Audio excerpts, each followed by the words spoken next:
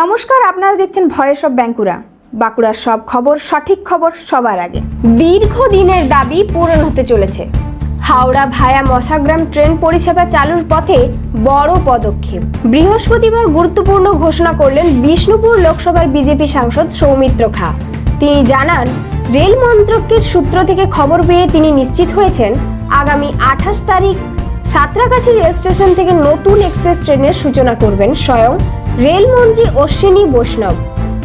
এই ট্রেনটি প্রতিদিন দুপুর 11:15 পুরুলিয়া থেকে ছেড়ে মশাগ্রাম হয়ে হাওড়া পৌঁছাবে বলে জানিয়েছেন সাংসদ। দীর্ঘদিন ধরে দক্ষিণ পশ্চিম জেলার বহু যাত্রী এই রুটে সরাসরি ট্রেনের দাবি জানিয়ে আসছিলেন। মশাগ্রামের মাধ্যমে হাওড়া রেলপথে যুক্ত হলে বাঁকুড়া ও আশেপাশের জেলা যাত্রীদের যাতায়াত হবে অনেক সহজ ও স্বস্তিদায়ক। এখন শুধু সময়ের অপেক্ষা। 28 তারিখ সেই বহুল প্রতীক্ষিত সূচনা।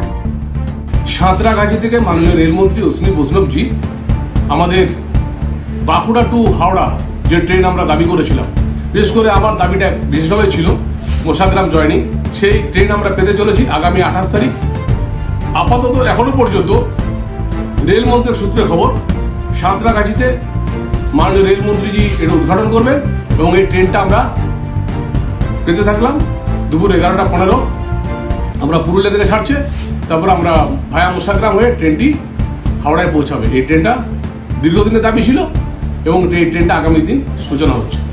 এই ধরনের গুরুত্বপূর্ণ খবর সবার আগে পেতে আমাদের চ্যানেল সাবস্ক্রাইব করুন আর ভিডিওটি শেয়ার করতে ভুলবেন না। আপনার মতামত কমেন্টে জানান আর লাইক শেয়ার করে ভয়েস অফ বাঁকুড়ার পাশে থাকুন।